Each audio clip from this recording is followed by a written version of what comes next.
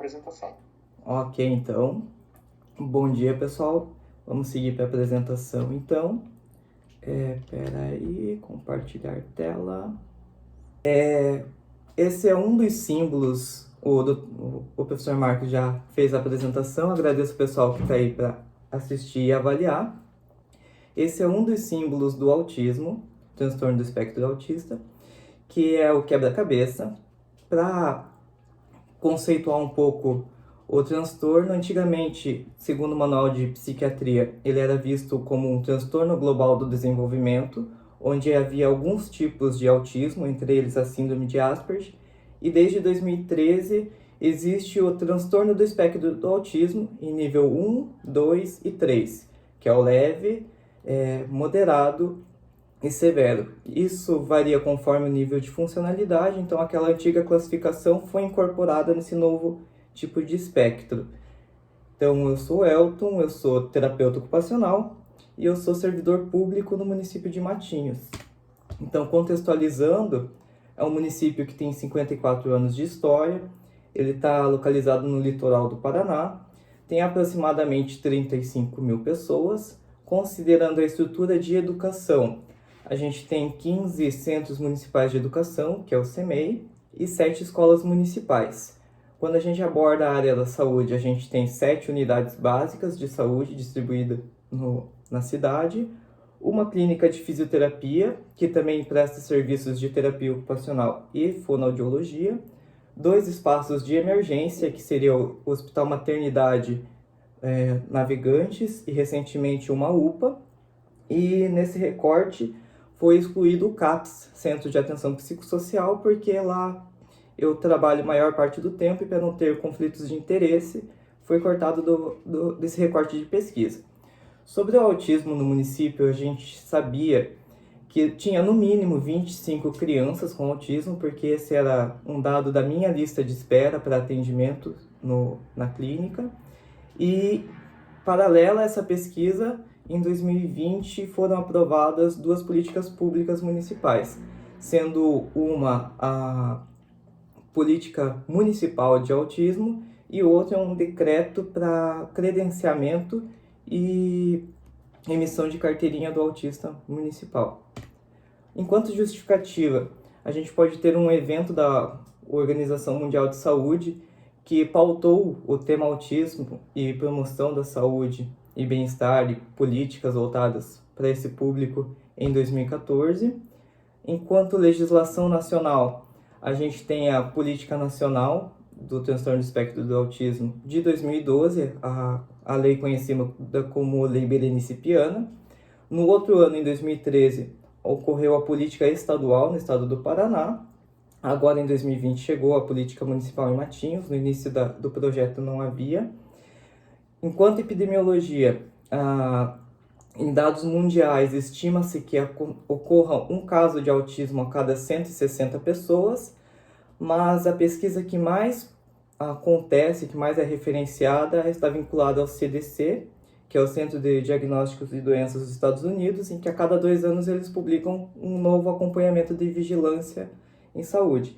Nesse recorte de crianças de 2 a 8 anos, estima-se que aconteça um caso de autismo para cada 54 crianças. E esse número só vem aumentando a cada 2 anos.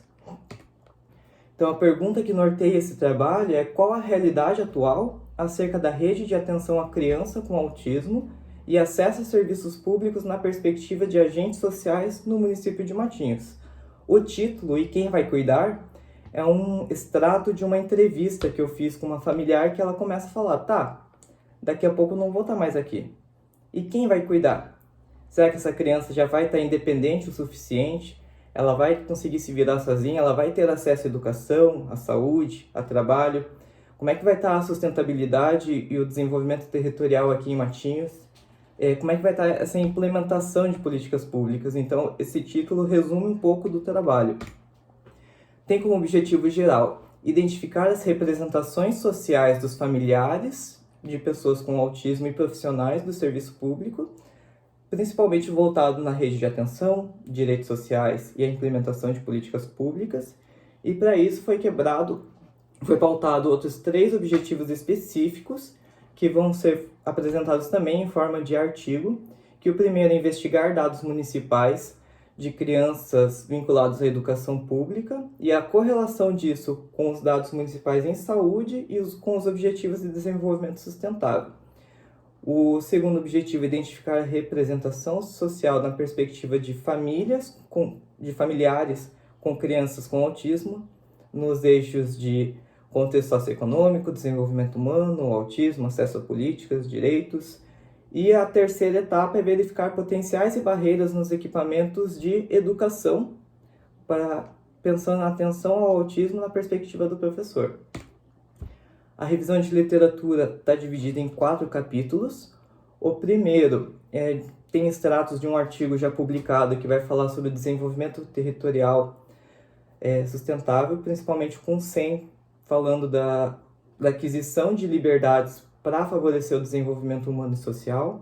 Sachs vai trazer as contribuições da sustentabilidade, principalmente no pilar cultural, no pilar político, no pilar social da sustentabilidade.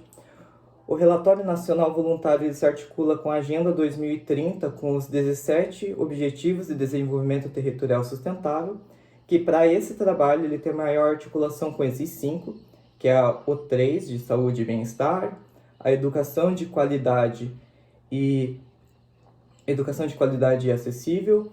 A questão de igualdade de gênero entra principalmente relacionando que as manifestações em casos femininos de autismo é diferente de casos masculinos e o quanto a mãe tem um papel fundamental e diferente nessa questão de gênero no cuidado de uma criança com deficiência. Enquanto que a ODS 10 vai trabalhar a redução de desigualdades sociais e a 16 vai estar articulada com sociedades inclusivas e acessíveis.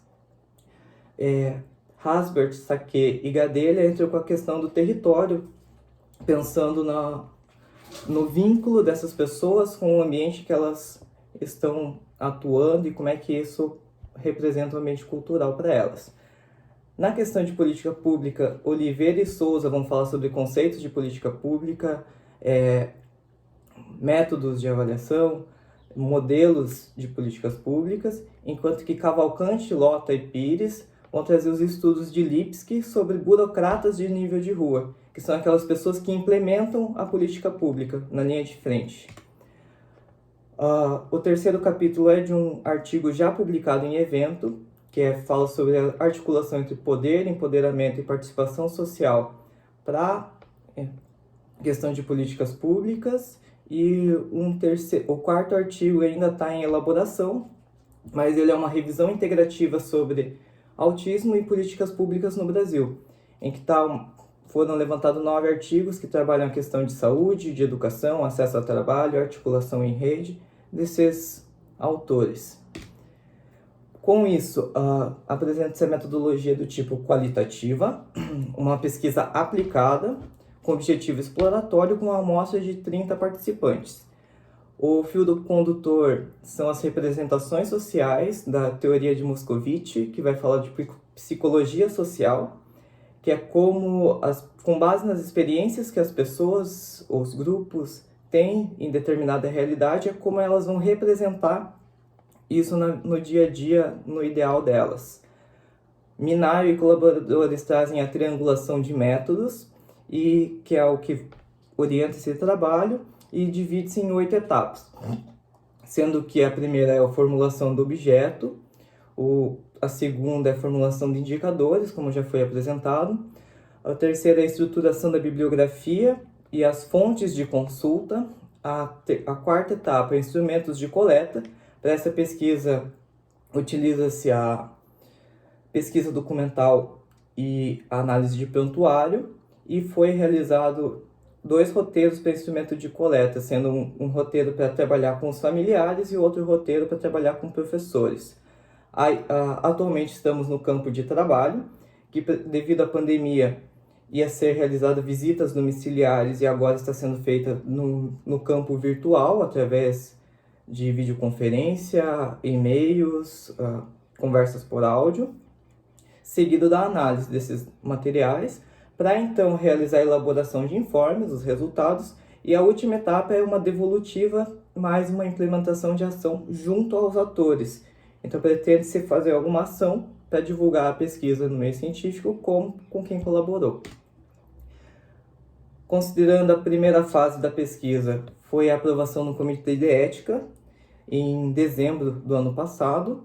A fase 2, que é a visita na Secretaria de Saúde e Educação, aconteceu a partir de fevereiro desse ano, em que o recorte são de março de 2018 a fevereiro de 2020, quando a gente considera os prontuários da saúde, enquanto educação a gente usou dados do ano inteiro de 2018 e 2019 que já estavam sistematizados.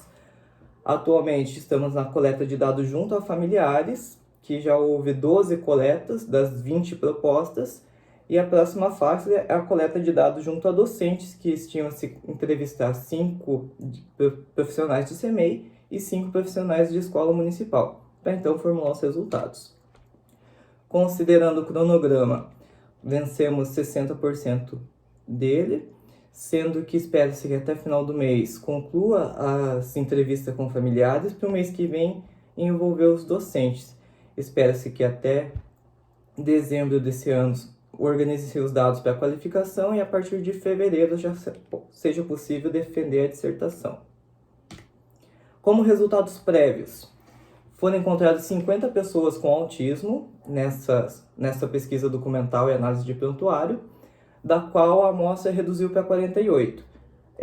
Uma criança estava no ensino privado e outro personagem estava com 17 anos, então ela foi excluída da amostra.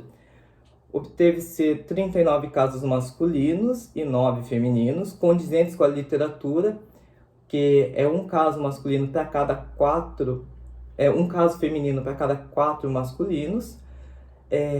Entre as idades das crianças, a maioria encontra-se com 5 anos e 3 anos. Na área de educação, eles estão principalmente vinculados ao CMEI, na parte do maternal 1 e no pré-1. E na área da saúde, dessas 48 pessoas, 34 tiveram atendimento médico e 34 de enfermagem, não necessariamente foram as mesmas pessoas. 27 deles foram atendidos pela fonoaudiologia municipal, 18 desses casos pela terapia ocupacional, 8 deles não tiveram nenhum acesso a nenhum profissional na rede municipal de saúde, um deles teve acesso à psicologia e um teve acesso a um procedimento profissional. Todos esses procedimentos estão registrados em prontuário eletrônico, que é qualquer intervenção junto à pessoa, e foi sistematizado lá. Essas foram as referências utilizadas. Nosso e-mail para contato, compartilho o Saúde Sustentável, uma página que a gente criou no YouTube para compartilhar informações e dar acesso à informação, junto com 2 colegas aqui do mestrado. Muito obrigado. Obrigado, Elton. Muito boa a sua apresentação. Então, dando